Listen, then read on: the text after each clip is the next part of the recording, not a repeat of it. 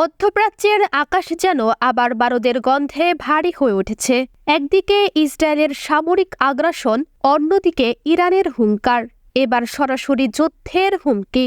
ইরানের সর্বোচ্চ ধর্মীয় নেতা আয়াতুল্লাহ আলী খামেনি স্পষ্ট জানিয়ে দিয়েছেন, ইসরায়েলের প্রতি আর কোনো দয়া নয়।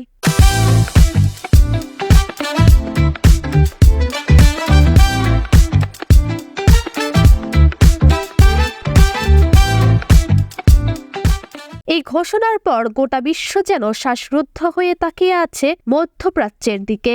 সামাজিক যোগাযোগ মাধ্যম এক্সে দেওয়া একাধিক পোস্ট ও ভিডিও বার্তায় ইরানের সর্বোচ্চ নেতা আয়াতুল্লাহ আলী খামেনি বলেন, ইসরায়েল ইরানে হামলা করে ভয়ঙ্কর ভুল করেছে।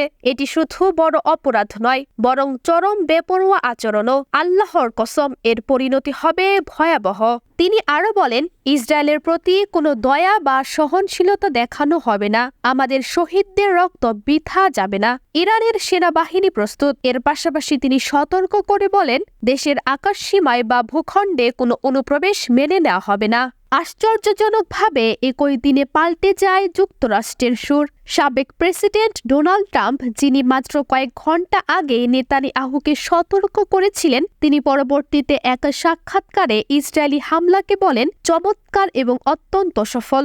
তিনি ফক্স নিউজকে বলেন, আমরা জানতাম এই হামলা আসছে। আমি চেষ্টা করেছি ইরানের সঙ্গে চুক্তি করার, কিন্তু তারা সেই সুযোগ নেয়নি। এমনকি তিনি এটাও বলেন, ইরান এখনও আলোচনার টেবিলে ফিরতে পারে, তবে আমেরিকা ইসরায়েলের পাশে থাকবে। বিশ্বের বহু বিশ্লেষক বলছেন, মধ্যপ্রাচ্যে এখন যে উত্তেজনা সৃষ্টি হয়েছে তা পুরো অঞ্চলকে যুদ্ধে ঠেলে দিতে পারে। ইরান ও ইসরায়েলের এই মুখোমুখি অবস্থান শুধু দুই দেশের জন্য নয়, বরং গোটা বিশ্বের নিরাপত্তার জন্যই ভয়াবহ হুমকি। পারমাণবিক ক্ষমতাধর রাষ্ট্রগুলোর একে অপরের প্রতি হুমকি এটা কেবল ভয়াবহ ভবিষ্যতের ইঙ্গিতই দেয় না, বরং বিশ্ব শান্তির জন্য এক বড় বিপদ। এই মুহূর্তে যা প্রয়োজন তা হল সংযম ও কূটনৈতিক বুদ্ধিমত্তা। অন্যথায় এই আগুনে পড়তে পারে পুরো মধ্যপ্রাচ্য, আর তার ছায় এসে পড়তে পারে আমাদের ঘরেও। আপনার কি মতামত? ইরান ইসরায়েল যুদ্ধ কি আসন্ন? কমেন্টে জানিয়ে দিন আপনার বিশ্লেষণ।